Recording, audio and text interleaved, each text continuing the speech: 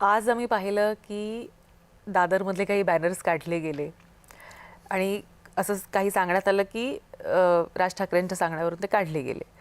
खरंच हे दोन्ही ठाकरे एकत्र येणार आहेत का आणि खरंच तुम्ही एकत्र निवडणूक लढणार आहात का? फायनल ज्यावेळी नाही, आदरणीय राऊत साहेब बोलले, तुम्ही बघितलं असेल, दोन्ही भाव लढण्यापेक्षा एकत्रित आले, या गोष्टीचा आम्हाला खूप समाधान आहे कार्यकर्त्यांमध्ये.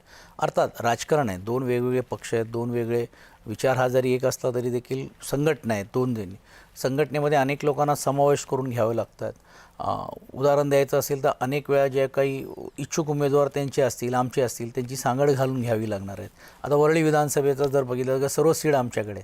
आम्ही असं जर विचार केला नाही मनसे पक्षाला आम्हाला काहीच देता येणार नाही, मनसेवाल्याने आम्हाला पण आमची पण थोडीफार काय ताकद नाही, किंवा तुमची असेल तर तिकडे तुम्ही आम्हाला सावरून गेलं पाहिजे. तर या गोष्टी वरिष्ठ स्तरावरती होणारच आहे. तर काही त्याग आम्हाला घ्यावा लागेल, काही त्याग त्यांना घ्यावा लागेल, पण या सर्व चर्चेच्या माध्यमातून विषय सुटणार आहे. आता मला माहीत नाही हे बॅनर कोणी लावलं, कोणाच्या सांगण्यावरून लावलं, कारण तो त्यांचा अंतर्गत प्रश्न आहे. म्हणून मी वाटते आम्ही त्याच्याबद्दल प्रतिक्रिया देणं उचित होणार नाही, कारण प्रत्येक पक्षाच्या याच्यामध्ये दोन भाग असतात, दोन कार्यकर्त्यांचा संच असतो, कोणाला पटते कोणाला पटत नाही, तो त्यांचा अंतर्गत प्रश्न आहे. पण जिकडे युती करायच्या बाबतीतली जी आहेत ही भूमिका मला असं वाटते पक्षप्रमुख आदरणीय उद्धवजींनी वारंवार सांगितली आहेत. आमच्याकडनं काय अजून नवीन होऊन सांगायची काही गरज नाही आहे.